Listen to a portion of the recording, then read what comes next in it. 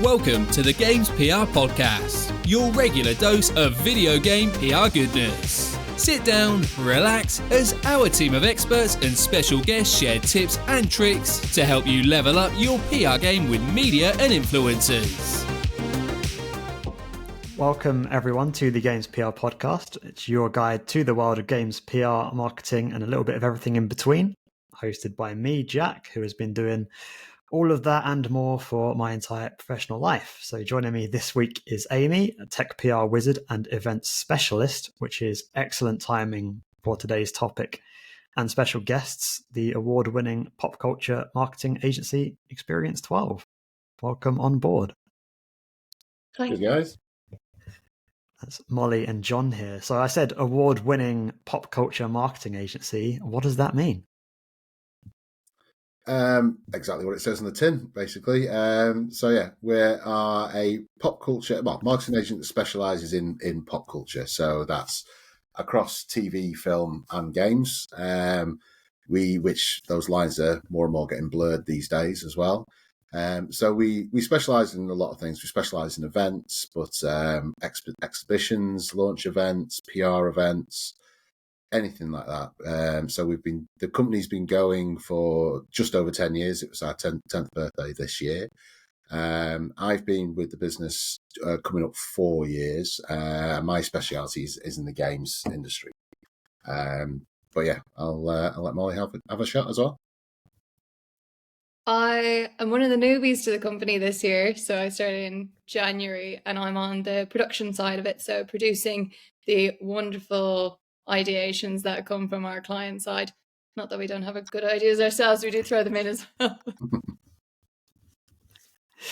Well, and that's good intro and a great point you've raised there of really, I guess, distilling what it is you do, which is taking ideas people have and making it a reality.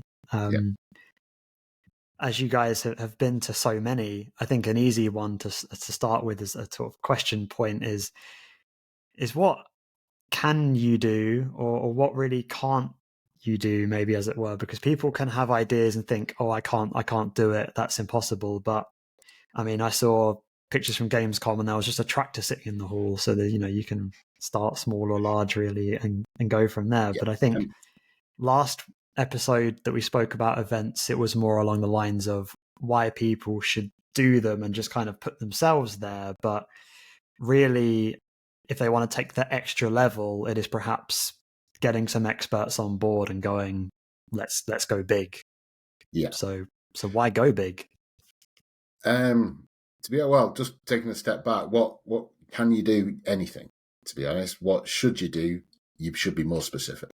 And that's where we like, with our clients, we love getting involved really early. Like, could be a year out from the event that they're looking at doing, just so we can bounce ideas around and things like that. But for what they should do at events, it depends massively on the title. If it's a small indie game, you just basically want to get there and you want to spend your money in the smartest way possible. If they're looking for investment or if they're just looking for bums on seats, there's two different ways of doing it.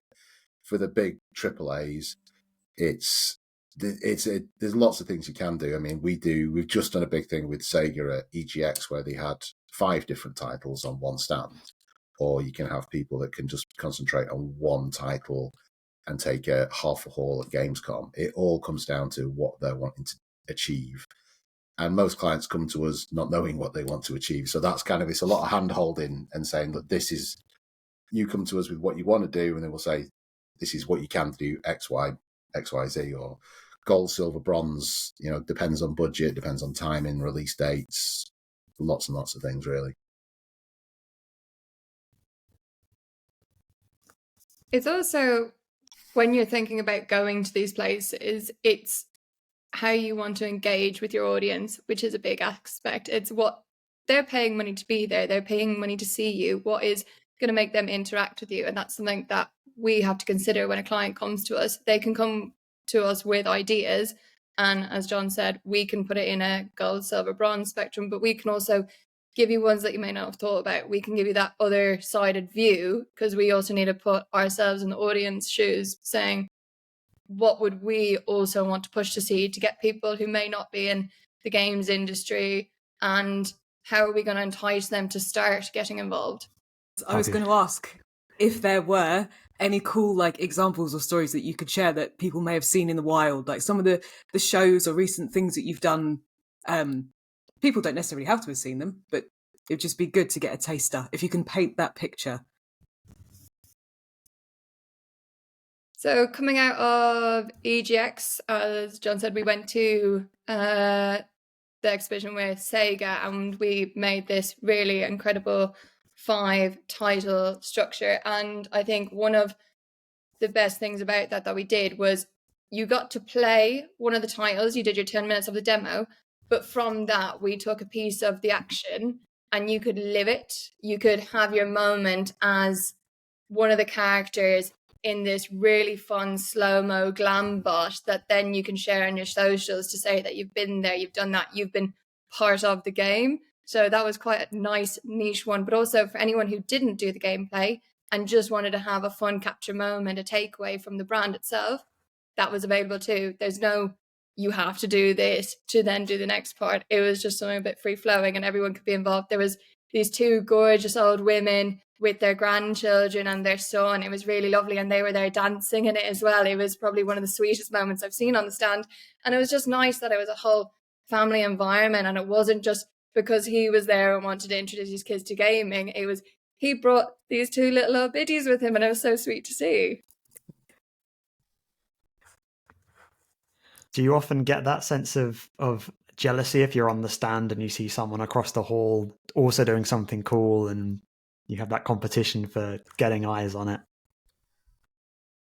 Yeah, you do. You do think a concept can, whether how big or small, just something, if you feel you want to participate in it, you think, oh, I wish we had thought of that. But then it's something you can take away yourself. You work on it, you figure out a concept that works for another client in a different route or a different creative, and it's something you can implement in future. So it's kind of that whole thing that you're never not learning and you're never not engaging with others. It's always, there's always something to learn, there's always something to see. So the best thing to do for us as a company is get on the ground and see what's around and see what we will be competing with when we are going into the pitch. That's how you win client trust. That's how you make sure we have everything in our arsenal to go ahead and go to these people saying, we can deliver what you want. So you've mentioned a few event names already. I think it would be great, and I always talk about timelines on this podcast as a bit of a bugbear, but I think it's really important here because, if someone's thinking, oh, I've got some ideas of things I want to do at an event, how early do they need to start planning that?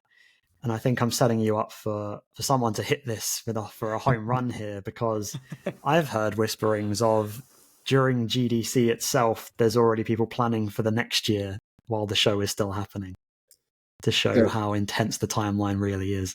Yeah, it certainly can be. Yeah, you can plan, like you just said, you can plan next year's at the event you're at, because you're figuring out what's working, what's not working at that event. And the sort of mainline answer for your question is always going to be from us as early as possible. But it really doesn't have to be. I mean, we have worked with clients for 12 months for an event. We've worked with clients for 2 weeks for an event. They've just suddenly decided they need to be at EGX or MCM or Gamescom or wherever. I want to get in there as quick as possible. But as long and short of it, yeah, as long as possible. But 3 to 6 months is kind of the sweet spot if they're looking at doing something, a large activation. By large activation, I mean like a 10 by 10 to 20 by 20 style booth with lots of gameplay, a photo op, some sort of merch, and that's going to need staffing and building. But again, with short amount of time, again with smaller budgets, things can be thrown together. They won't be anywhere near as professional, but things can be done. Or a lot of time deals can be done. So you could maybe get somebody like an indie developer could get space on somebody else's stand, or we could do there's a lot of the larger shows, like we keep mentioning EGX just because that's in the memory, because that's just happened, but they have obviously the indie zone there as well, to get into those can be easier at short notice than to get onto the show floor. But obviously with the larger shows, things like Gamescom and things like that, to get the prime space, you really need to book in early. The only caveat I'd say to that would be Tokyo Game Show. I went to that last year for the very first time with a client. Their show floor is a complete lottery. So you say how much space you want, and then you go into a lottery and they just divide it up like that. Somehow all the Japanese developers all end up in the same hall. But yeah, apparently it's a lottery. But yeah, it is a great show to go to as well. I think it's also fair to consider when you're planning something or coming up with your concept and you're saying you definitely want to be there, the less time you have, and if you have more investors or stakeholders on your stand, so say you have varying opcos all buying space on your stand, or you have different business units all wanting different things, how bespoke they're going, you need to take in consideration how each of those different companies working together will integrate together, how their approval processes work. So that's something that you need to kind of fine tune in the beginning of the process, our end. So making sure everyone's happy with the ways of work, that's going to take time. It's going to be a learning process. And it's just making sure that everyone's comfortable in the time that you're working. So the less time you give, those approval chances and all those back conversations that they need to have internally for us then to sign off. So we can push as much as we can, but we also are very aware of how a client has to work too. Yeah, it's like you said, there's a lot of people involved. So Amie, a question for you then is from a client's perspective, what is the sort of PR and marketing value of being at an event? It might sound obvious, but some people really don't really know what their goal is. They just want sales, or so why should going to an event be something they should consider versus spending all that money on advertising digitally? It's a really good question. In my opinion, I think if you're to do something physical or experiential where people get to engage with it or see it, I feel like they're more likely to remember it, or like they see something gorgeous or fun and it just sticks in their memory. And it's also kind of like an unobtrusive way of marketing, if you like, because you're not going, here's an advert, please follow and like me. It's actually, we are here, we exist, we're in this space, we're very serious about this. And for all the people that don't necessarily know about your brand, or you're out there for discovery, it's amazing to have passers-by, and you get to interact with, in the video games context, your players, your consumers, the people that you're selling your games to. And I think it's really important that brands make themselves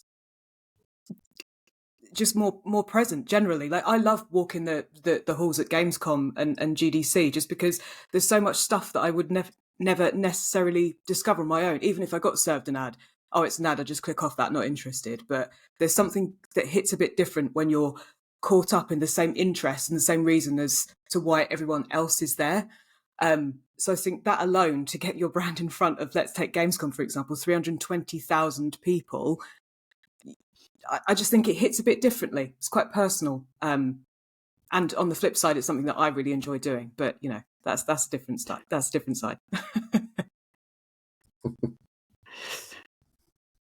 You've mentioned the memorability there. So I think a little fun one for everyone. What is the most memorable bit of free merch you've got at an event? I've got mine. I have mine literally down here.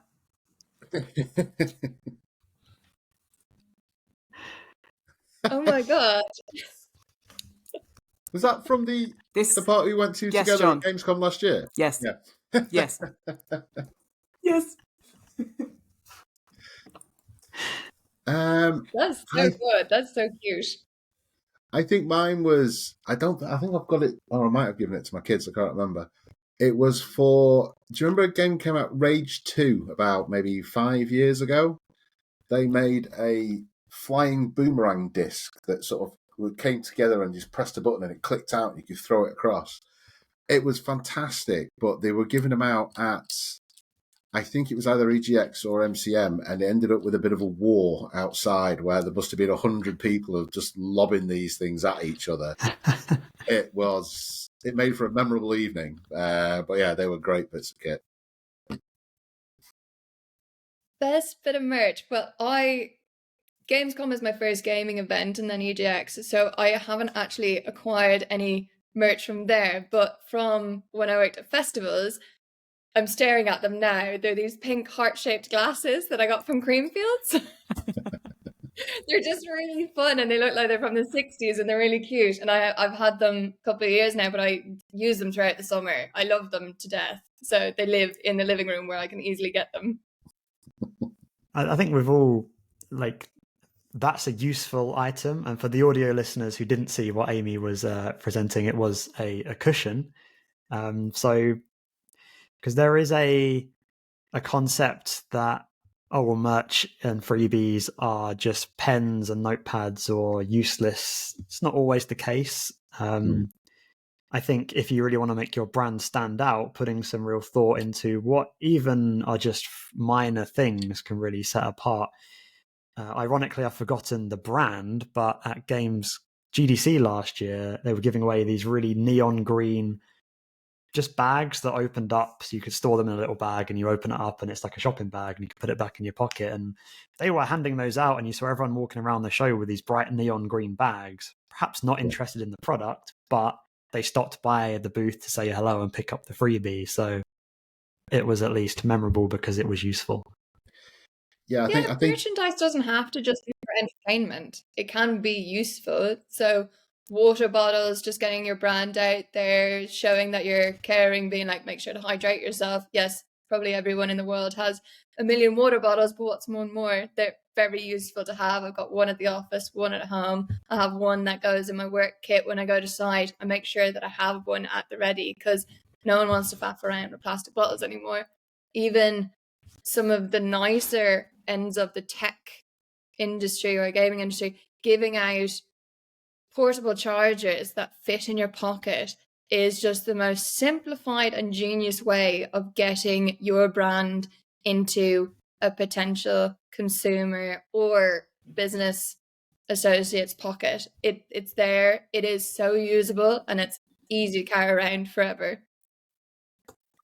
Yeah, a thing that we've started doing a lot in sort of like post lockdown thing as well, because we don't just do large sort of expo events. We do launch events for games and things like that, and we start these with gift boxing campaigns. And more clients are asking for these boxes to contain things which will then sit in a streamer's background. So things like are branded that will just sit there. So they'll become part of the invite. So it's like a journey through to the launch event.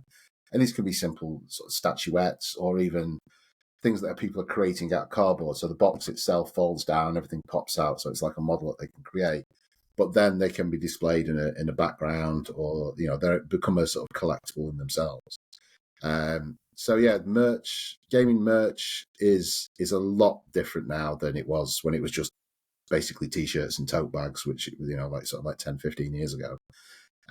Giveaway merch has to be thought of almost as much as the event itself, because it's the takeaway. And I feel as though there's also a big push towards sustainability now with events and merch. Yep. The idea that you should be able to not produce more useless plastic, but if you are producing something, you can reuse it. I don't know how often that factors into when you're producing something. Massively. How many uses can you get out of it? Massively. Like, no one wants to see endless amounts of plastic in all their stuff. It's really interesting when you're working with suppliers and you ask them, how is it packaged? How is it being delivered? And you get this really sustainable, lovely piece. And then they send it to you in a plastic wrap. And you go, what's the point in that? You're sending it in a box, but each individual item is plastic wrapped. It doesn't make sense. So when a client is saying we want to be more sustainable, that is something we actively avoid. We go out to maybe sometimes smaller companies. It might have that little bit more of a price tag on it, but it's ethically sourced, it is premium, and it's going to look very smart. And again, that is the client putting trust in us to be like, oh, okay, they've delivered on the promise they were pushing out. And it's also meaning they can tick a box saying, we achieved what we said we're going to do. We're going to be more sustainable. There's also a lot of your the elements of some of the builds. I believe that some of them can be reused again or recycled or made into different things. Does that also apply, like in the same context? Because I know you can hire furniture, but I'm sure your guys' stands are pretty reusable and I was going to say storageable. That's not a word. You can store them for other events too. You can store a lot of your stands. It is dependent on if the client wants to go through the storing or disposal process. So with storing, we'll keep as much or as little things that can be reused. So say you're building bespoke walls and they may have some hammer marks or whatever when you're trying to de-rig it. That can then be cut down and be used into flooring. It can then be cut down and used into smaller pieces on another stand, and then it gets recycled. We're trying to not be a wasteful industry. We're trying to be very considerate.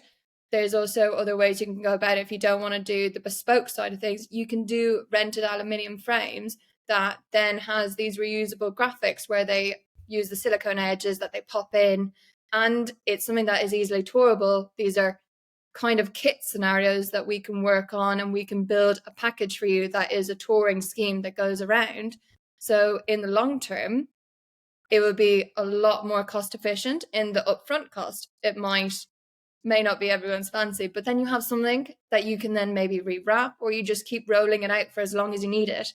It can be very simple, it can be very complex, but there is definitely ways of making yourself sustainable on site. Good planet-saving knowledge there. Trying, a little bit at a time. I mean, because I think I've heard, I didn't get to go to Gamescom this year, but I've seen people talking about things they saw at Gamescom which were then reused at EGX. So that's showing in action people reusing the assets. I guess for a lot of clients as well, especially if they're on the smaller scale, they do really need to see these as an investment. So they're going to want to see it used more than once. Have you seen cases of things being reused in a completely different way than you expected once it served its original purpose? Or is everything fairly standard? I love how we said, like, is really out there. Yeah. So I've not seen anything like that, but just sort of referring back to sort of your previous point, a lot of the stands now that we get asked to look at for larger scale stands, so for a Gamescom stand, which could be anything up to like 100 square meters, like obviously Gamescom's pretty much the only show that's big enough to take that. So a lot of those stands are designed, and then they might have a modular concept. So maybe the center of the stand can then be packaged up and sent and brought to EGX, MCM, or something like that. So it's not the whole stand can be reused, but parts of it will be then taken to another show, or even just as much. The simple, like just the photo op from a large stand will then be reusable. So that side is becoming more and more in the design element as well. It's a question that's been asked at the beginning of the process, not something that's sort of halfway through. It used to be a bit of an afterthought. Oh, can we use this for the show at the end of the year? Whereas now it's part of a 12-month plan. If this is the start of our show, we can use it here, and then we can use this element XYZ show down the road. Touched on an interesting point there. I think a question I have at least is what do you wish people knew before they came to you with a brief to make things easier for you if they think this isn't feasible? What are some really just basic level things that perhaps don't seem that basic to someone who's very new to this? Ooh, that's a question. That's more of a production. I'll let Molly field that one from our side.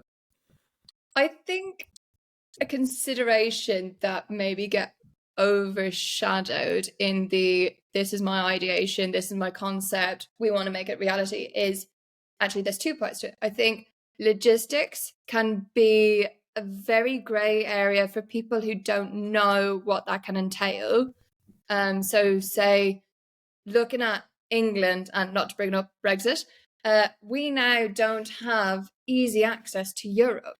We have to think about our carnets, the extra travel, having to make sure that the different people involved with that, they're taxed correctly, that the companies have a freelancer who hasn't been in Europe for 180 days now. There's a lot of considerations we then have to make sure that we're prepared for. And that's why we go to certain suppliers that we wholly trust, because they get it. And that's why we would go back to them.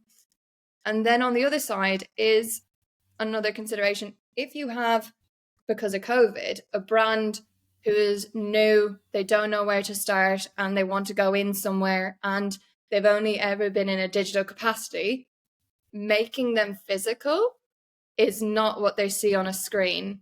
There's the difference in color. You can come to the argument of, look at a company that's only digital and they go, oh, this is our color. And then they see it physically and they think, that's not right. That's not what it should be. But it's that disparity of not knowing what the physicality is. So they're probably the two things that maybe get lost in translation on the initial. And that's what we're here to help, to show them that road, being like, we'll get it done, but just be patient while we get there with you as well. You touched on an area that I really wanted to get into there about, you mentioned COVID, because for most other aspects, especially in the games industry, we saw things moving online, but it didn't really feel like events worked online. And having people working remotely, game devs might be working remotely still, but events still very much physical. People returned for GDC, returned for Gamescom. So why do we all think it didn't work online?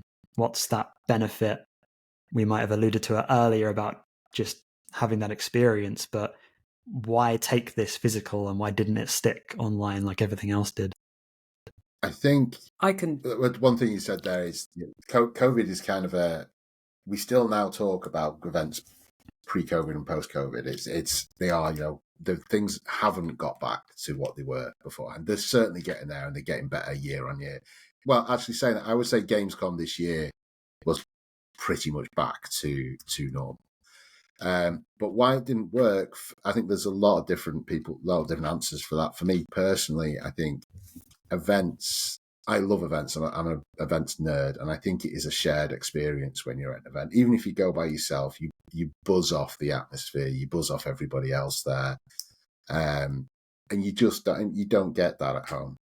And I think a lot of things for events are similar to festivals, maybe as well. It's not just seeing what's there; it's meeting up with people. Gamers, especially, is meeting up with people you may game with who live different parts of the country, different countries, and you're going there to meet up, or to meet, new people, meet people that are just into the game. If you're a Destiny fan and you're being on the Destiny Reddit or Facebook group or whatever, and there's a meetup arranged, that's a huge part of it. But yeah, I think for me, COVID was hard times for events, definitely. And it was great to see people trying to do them online to keep that sort of thing alive. But it was a massive breath of relief when they came back. And even when they came back sort of half-heartedly in sort of like end of 2001, 2002. But to have them back now in full swing is fantastic. But it is a different landscape, definitely, than sort of like pre-COVID. More challenges, but relish the challenges as well. It's coming up with a new atmosphere for people to enjoy. So yeah, it definitely had an effect. But yeah, for me, live events will always be there. We just need to keep them, keep changing, moving with the times, basically, for what people expect. I think it's hit the nail on the head. I honestly don't think it can all be digital. You need to immerse yourselves in it. Yeah. Like, you'll never get the same reaction. As a great example, John, is the festivals. That reaction of you're stepping out, you're hearing the roar of an audience. When you sit down onto a digital screen at home, it's a bit empty. From my perspective, I think a lot of people just, it's not that they need an excuse to go somewhere to meet with like-minded people, but I think it's really important to understand that so many people don't necessarily have easy access or has equal access to events like this, who are lucky enough to go and see what's on the show floor and spend time with people. We have to remember that some people may not necessarily go out on a really regular basis. So just feeling that acceptance to be anything or everything that you want to be, and also not feel judged by that. I feel like it's quite a safe space in that regard to express yourself and to kind of like nerd out, if you like, in whichever way you want. And it almost feels in a weird way that like the brands are sort of rewarding their consumers. It's almost like a thank you for being such a supporter. Yes, you've bought a ticket. Yes, we spent loads of money on this booth or whatever, but we want to interact with you. We want to hear what you like, and we're interested, and we know you guys care. And it's just that there's not a feeling like it. There is not a feeling like it. No, I agree. I mean, I buzz off events, even now being involved in them. When I go to an event, every single event, I get reminded of the first organised LAN event I went to in the very late 90s, and it was just like you said. Then it was just being in a room with like-minded people that we could sit and we could play and we could nerd out. And every time I walk into an event now, I get that same sort of feeling. It's safe space is probably the word for it. You know, you can be nerdy, and this is where we're going to be nerdy, and the brands are here to watch us be nerdy and reward us for it. And being involved with that sort of stuff is a privilege. I love it, absolutely love it. Oh, it's a complete privilege. We're very lucky to be involved in the industry we are, because we get to see so many different aspects. We get to see so many different people integrating together who you might not even consider would go near each other. Every different part of industry that our company touches, so whether it be the filming and streaming or the gaming, whatever it is, it's just such a wholesome community in every area, and that's the best part of it. You just see so many different like-minded people at once, and it just, when an activity touches the right emotion for people, that's when you get that sense of, oh, this is why we were hired to do this. It's just, I love the idea of like, and I'm going to use Destiny's example because I will and I shall. It's like if I had never met, for example, my teammates that live, you know, maybe all over the world or all over the UK or something, to have that opportunity to be like, right, guys, do you want to meet up at Gamescom? We can meet for the first time. And I just wonder, and I sit and think of how many relationships or like friendships are made in those days, or like those real face-to-face meetings because of games. And I'm just like, that's insane. Like, that's just incredible. The magic of events there. One of my sort of favourite things at gaming events and Comic-Cons or anything like that is sort of just take an hour out to sort of people watch, just sit in a Costa at the Excel, and just, you can see groups of people that are obviously either meeting for the first time or not seen each other since the last con and things like that. And it's just a real pleasure to watch and be around. I think that's a really nice way to come to the end of this episode. I think we've seen the business side of events, but also the really value it can have on everyone involved, whether you are on the, as you say, the production and ideation side, and then seeing that transform into an experience someone is having for the first time or for the 50th time at that event. So I think one last one I want to end on is perhaps as you guys are all the experts here, a niche event someone should look out for. Maybe they haven't thought. We've covered a lot of the flagship ones here, but maybe there's a hidden gem somewhere that they think maybe you should look towards that. As a consumer, or if you're taking your own IP? Own IP somewhere, maybe unexplored or unearthed.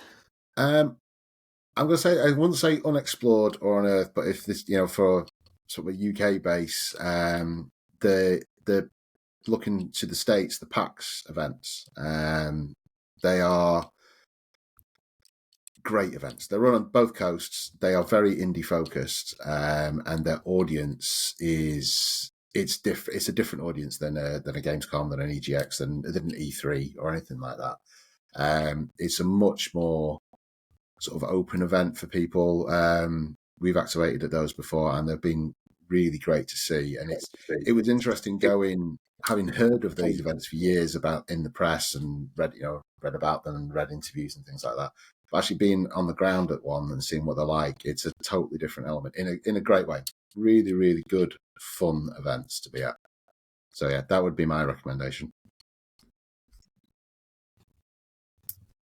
I'm very new to all the different gaming exhibitions and where you go to. So my pedestal at the moment is Gamescom, EGX, and potentially GDC I'm looking at. But what I would say is don't knock the local community things. Don't knock out your local events near you. Any form of partnership that you can do or sponsorship or get involved in with the local community, your engagement will be just as good because you're bringing something so unique to them that they may not get on a normal day-to-day basis. So thinking of your council run mini festivals in the park or something, just anything there that can be a family day out or something unique, that's going to go a long way for people in those areas. So don't knock them till you try them. Does this answer also include? I was going to say I didn't know if this answer included me as an expert, but no. All I was going to finish it off with is more of a like one to watch, I would say, and that being however anyone pronounces it, WASD, WASD, however you want to say it. I remember when that started a few years ago, and it was relatively unheard of, and now you have people from all over the world going, isn't there this conference in the UK called like WASD or something? And I'm just like, yeah, this is growing. And I think this year, like just to show that growth, I think they had Devolver Digital there, for example, I think, or like one of the iterations, but some big industry names. So it's an event that's quite interesting. It's still quite small, but it's very well known, but it's getting bigger on a yearly basis. So that is my kind of one to watch recommendation. That's also a good one as an example of an event that's come out that it's a post-COVID event. That's come out since lockdown and things like that, and they've taken a slightly different approach to it, and it's worked brilliantly. They run great events. Yeah, highly recommended. Well, speaking of running great events, Molly and John, that is your job. We thank you for taking part today. Where can people find you? Obviously, experience12.com. All the information's on there. We're on all the socials, mostly active on sort of like LinkedIn. But yeah, we can mostly be found on there. Awesome. It's been really insightful because I know Amie has spent a lot more time on the event side than I have. So I've genuinely learned a lot today, and it's been really interesting. Cool. To go behind the curtain, as it were, or the many curtains to get to the stage or the That's booth. Where we like to be. Yeah. Well, thanks for having us. Cheers, guys. Thank you.